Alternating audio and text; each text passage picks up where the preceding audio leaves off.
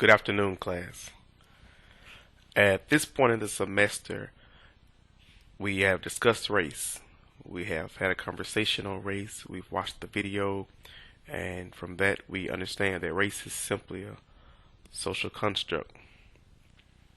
We then went on to talk about racism and different things that racism, racial undertones, and things of that nature. And from there, we saw racism in action when we looked at the lecture entitled The Uniqueness of America. You see, it's very important to understand how we got to where we are today. And when looking at America, we saw this group of colonists, this group of people who felt compelled to obtain their freedom. And they did so knowing that they were going against the most powerful country in the world. At that point, it was Great Britain. But these men, they put together this letter. They got Thomas Jefferson to write this letter entitled the Declaration of Independence. And when writing this letter, they said, "We hold these truths to be self-evident, that all men are created equal, and that they are endowed by their Creator with certain inalienable rights. That among these rights are the rights of life, liberty, and the pursuit of happiness." And before this country went to war with Great Britain, they told Great Britain, this is why we are breaking away from Sud. And eventually, yesterday, or on the previous lecture, we talked about the war. We talked about before the war, during the war, and after the war. Well, before the war, I didn't go through this, but the first person to die on behalf of this country, and they called it the shot heard around the world, was Crispus Attucks. And then during the war, you had this guy James Armstead, the guy who served as a spy for both sides. He could have easily gave counterintelligence to the General Cornwallis. Can you imagine had he given counterintelligence to General Cornwallis and told Cornwallis what the General George Washington was going to do? There probably would not be in America had this guy James Armstead chosen a different path. So we went from there, we became a country, and we created this constitution. And in creating this constitution, we said we want to make sure this constitution serves as the law of the land. And when we did so and we put some things in this constitution that really contradicted our sentiments from the Declaration of Independence. One of the first things we did was we created the 3/5 compromise. And although we talked about how that compromise is misunderstood and how it really helped the plight of African Americans more so than it hurt the plight, it did also say that those slaves were not fully considered humans, according to the document. But more importantly, I think it's imperative that we discuss the Article 4, Section 2 of the Constitution. This article that allowed, without using the actual term slavery or slaves, it allows slavery to exist in America. And when we talk about the Letter of Secession from Mississippi today, we're going to understand why these Mississippians felt it was important that they were that their constitutional rights were being violated. So we move forward. And today I'm going to do a lecture on the secession letter from the state of Mississippi. I gave you all the opportunity to do any state that you choose, but we're going to do Mississippi today. And I want you to listen very carefully and read this thing very carefully, because in this letter of secession, they're really doing so much. They're really saying a lot. And I'm going to break it down a little bit and see if I can help you understand exactly what they're saying in some of the situations. But today, and as a public administrator, you all are going to be in a position where you are going to have to understand why the people that you are serving feel the way they feel, why they feel compelled towards their beliefs. So what I'm doing is my responsibility to help educate you and to help get you to a position to where you understand, at least no matter which side you take, at least you have a clear understanding of both sides of this story. You see, some people believe that, African Americans, I would say, aren't patriotic. That's a common thing. They're not patriotic, and blah blah blah blah blah blah blah. I can go into that, but I won't go in depth. But I will ask that question, or I would ask those people a question. Up until where we are right now in the semester, imagine we're at this point in history, right here, right before the Civil War. Who's been more patriotic? Crispus Attucks, he gave his life for this country before it was even a country. James Armstead gave counterintelligence to General Cornwallis, which allowed George Washington and his group of ragtag army to defeat Great Britain, the most powerful country on earth, knowing that he was going to go back into slavery. So I'll ask you all, who up until this point, just this point in history, who's been more patriotic? And keep that in mind as we're going through today's lecture. Who is patriotic? Who was the Constitution here to govern? Who was the Constitution supposed to protect? There are some who believe that this Constitution and this country has failed them, and it's their right, it's their responsibility to break away from the Union because they're not being protected under the Constitution the way they thought they would be protected. And today we're going to read from Mississippi, the Mississippi Letter of Secession. This is the letter that Mississippi wrote and gave to the Union as they were seceding from the Union. It reads, "In the momentous step which our state has taken of dissolving its connection with the government of which we so long formed a part, it is but just that we should declare our prominent reasons which we have induced our course." First of all, let me ask you a question. Doesn't this sound familiar? When you're reading this document, see if this document sounds like something you've heard before. Actually, this document is very, very similar to the Declaration of Independence. That's why I told you all to read the Declaration of Independence earlier. They go on to say, first of all, our position is thoroughly identified with the institution of slavery. Period. Let's stop right there. Our position is thoroughly identified with the institution of slavery. Oftentimes, and currently, you hear people in the South talk about the Civil War, and historians have tried to glamorize the Civil War. And when I was in college at Ole Miss, there was a professor, and I'm not going to call his name now, but it was one of those huge history courses, and he said, the Civil War was not fought over slavery. It was fought over states' rights, and blah, blah, blah, blah. He went on to this, and he's a prominent historian on the Civil War. I stood up and said, no, sir. I'm not going to call his name. No, sir. The Civil War was fought over slavery. The first thing they come out and say is our position is thoroughly identified with the institution of slavery. So when you say the Civil War wasn't fought over slavery, let's go ahead and debunk that myth right now. They're going to say it's the greatest material interest of the world. Its labor supplies the product which constitute by far the greatest and most important portions of commerce on the earth. The South was so powerful. Before the Civil War, the economy of Mississippi was one of the richest. The economy of Mississippi was one of the richest. Mississippi was richer than most countries around the world. Mississippi alone. And we'll talk about how much slavery was worth to Mississippi a little bit later on in this document. These products are peculiar to the climate verging on the tropical regions, and by Imperial's law of nature, this is very important, this next portion. None but the black race can bear exposure to the tropical sun.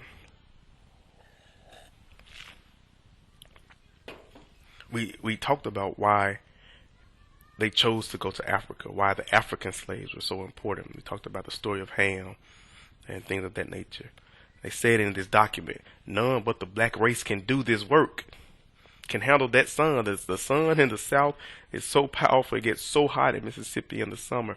They said nobody can bear this but the black race. These products have become necessities of the world, and a blow at slavery is a blow at commerce and civilization. They say it's uncivilized to mess with our civilization, mess with our mess with our society. That blow had long been aimed at the institution of slavery, and was at a point of reaching its consummation. This is what they said: there is no choice left but submission.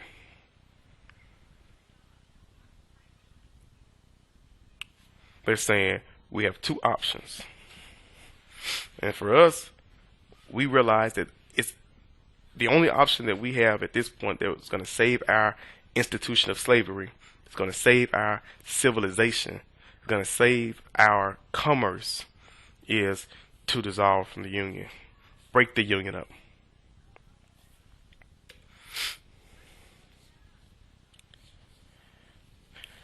They go on. But we do not overstate the dangers to our institution. And the reference to a few facts was sufficiently proved. I'm sorry, you all, I left institution out right there, but you all understand. The hostility to this institution commenced before the adoption of the Constitution and was manifested in the well-known Ordinance of 1878 in regard to the Northwest Territory. Well, what's important about this Ordinance of 1878, the Northwest Territory? First of all, it was written by Thomas Jefferson. The Declaration of Independence was written by Thomas Jefferson. When it was time to write the Constitution, they sent Thomas Jefferson away. He was on a mission trip or something, out of the country. Because when Thomas Jefferson was writing these documents, he was a phenomenal writer. As he was writing these documents, he put in them, and although he was a hypocrite, granted he was a hypocrite, but he put in the documents that he wrote the sentiments of what this country was founded upon. Well, in the Northwest Ordinance, the Northwest Ordinance then allowed slavery to expand into the territories, into these new territories, as this country was constantly growing.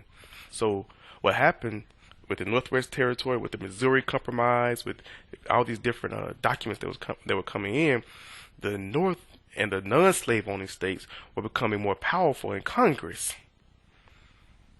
And at first it wasn't a big deal to the South because, hey, bring in a new state, it's okay. But after you continuously bring in these new states, like after they acquired the Louisiana Purchase and the Northwest Territory, as these new states are coming in, the balance of power is slowly shifting, and the slave-owning states are becoming lesser and less powerful. And this is what they were talking about when they talk about the territory acquired from France. They go on and go on. But down here it says it refuses the admission of new slave states into the Union and seeks to extinguish it by confining it within its present limits. What they're saying is they're denying these new states are coming in, and the North and the non-slave states are so powerful in Congress. What they're doing, they're making it where slavery couldn't expand. If slavery couldn't expand, it really didn't affect. At first, they didn't feel like it affected them to not allow slavery to expand because they were so powerful and they had so much money at home. But what happened as slavery, when you stop the expansion of slave states, you're stopping the expansion of slave states' representation in Congress, and that was very, very important. It goes on to say, it has nullified the fugitive slave law in almost every free state in the Union, and has utterly broken the compact which our fathers pledged their faith to maintain. What compact are they talking about? They're talking about Article 4, Section 2 of the U.S. Constitution. They're saying, we agreed upon this, our forefathers agreed upon this Constitution, and this Constitution said when a person goes to a state that's not a slave state, or if you find a fugitive without his freedom papers, that you have to return that fugitive to his owner. in essence, justifying slavery. Right here, the South is saying, or Mississippi is saying in particular, your new laws are nullifying the fugitive slave laws. They're going to say it advocates Negro equality, socially and politically. It promotes insurrection and incendiarism in our midst. They're saying you all are doing things, and the more you all are doing these things, you all are hurting our stability down here. These laws that you all are promoting, this verbiage and everything that you all are doing up there is really hurting what's going on down here. And you're promoting insurrection and incendiarism right here in Mississippi. It then goes, it says, it has enlisted its press, its pulpits, its schools against us, into the whole popular mind of the North. Let's talk about this. Let me go a little bit more in depth into this. When it talks about it has enlisted its pulpits, as a result of slavery, the institution of slavery alone, the Southern Baptist organization, one of the most powerful organizations in this world, formed as a result of breaking away from the National Baptists as a result of slavery, because they fought diligently over this issue. And the South was so entrenched in its ideas that they said, we'll rather break away from the Union, or break away from the National Baptists and form the Southern Baptists over this issue of slavery. You have enlisted its schools against us. Let me give you another example. See, at one point, before 1848, there were no schools in Mississippi. There were no higher institutions of higher education. So when a slave owner wanted his son to go to college, they were only sending their sons at this point for the most part. When he wanted his son to go to college, he had to send his son to college at one of those liberal institutions in the Northeast, Harvard, Yale, those type of, mostly the Ivy League schools. And their Ivy League sons, they would go there and they would get law degrees and blah, blah, blah, blah, blah. And they would come back to the South with the and be prepared to run the government, teach at run the government and things of that nature. Well, they were going to these northern schools, to these Harvards, to the Yales, etc., and they were talking to people, and they were learning that this little thing that we thought was so important called race, it's a social construct. It's not real. There's nothing biological about race. So they were going there, and these sons were going to these schools in the Northeast, these liberal schools, and they were learning the truth about things like race. And they were learning that it's inhumane to have slaves, that these are people. So these sons were coming back home. These fathers have raised them up in this slave society. They sent them off to college and to learn to become, the leaders of Mississippi, the governors and mayors of what have you, the representatives and senators. And they were coming back home. They were coming back home liberal. So the people of Mississippi said, no, we can't have that. We can't have our sons coming back and changing this institution that worth so much to us. It's our civilization. So they created the University of Mississippi, also known as Ole Miss, in 1848. And when doing so, they said, we want you all to have the best education in the world, world-renowned scholars, but we want you to do so and also teach that slavery is okay. And so that's where Ole Miss gets its colors from. Harvard red and Yale blue, are Ole Miss official colors, red and blue. Because so many people came from Harvard and Yale, but they wanted the Harvard and Yale people who also believed in slavery. So it says, you have enlisted your pulpits against us. You've enlisted your schools against us. So we're having to do these things to combat what you all are doing to our institution. We have to combat what you all are doing to slavery. I like this. Its fifth bulletin down, it says, it seeks not to elevate or support the slave, but to destroy its present condition without providing better. So what are they saying? One of the things, and we're going to talk about this after the Civil War, one of the questions is going to, very important question after slavery, after the Civil War, is what shall we do with the Negro? Well, the South was saying, well, you're trying to change the situation, but you're changing the situation, but you're not giving them a better alternative. It says it has invaded a state. It's talking about Virginia right here. It has invaded a state, and led to the weapons of destruction to our lives. It's broken every compact. Let's keep going. It's broken every compact in which it has entered for our security. It has given undeniable evidence of its design to ruin our agriculture and prostrate our industrial pursuits and to destroy our social system. It knows no relenting, or hesitation in its purposes. It stops not in its march of aggression, and leaves us no room to hope for cessation for our purpose. Or for pause.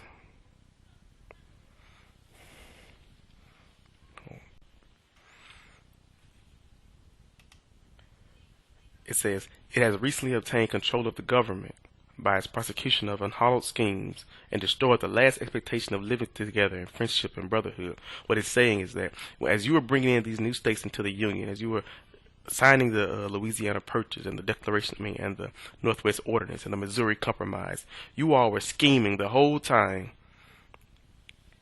You all were scheming the whole time to control the government, to control the House of Representatives. And you've utterly laid out a foundation where we can't even live together in friendship and brotherhood. Utter subjugation awaits us in the Union if we should consent longer to remain in it. They said this is very important. It is not a matter of choice, but of necessity. We must either submit to degradation and the loss of property worth $4 billion. Slavery in Mississippi was worth $4 billion. If you get rid of slavery from Mississippi, you're going to cost us $4 billion. And this is in 1861. I said, we must succeed from the Union framed by our fathers to secure this as well as every other species of property. Slavery is important to the Mississippians. They say if we don't succeed from the Union, this is ultimately going to cost us upwards of $4 billion. Then they go on to say, for far less cause than this, our fathers separated from the Crown of England. They're referring to the Declaration of Independence and the Revolutionary War.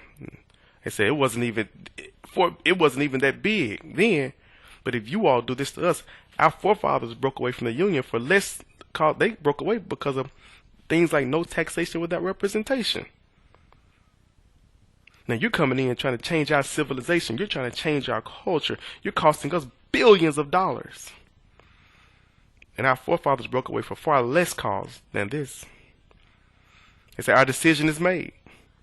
We follow their footsteps there. In essence, they're saying we're doing the same thing to you all that our forefathers did to Great Britain. We embrace the alternative of separation. They're saying we're choosing to separate for the reasons here stated. We resolve to maintain our rights with the full consciousness of the justice of our course and the undoubted belief that our ability to maintain it. This is the Letter of Secession. Ultimately, the Mississippi was the second state to secede from the Union, and ultimately, the other states, the Confederate states, seceded, and thus the Civil War came about.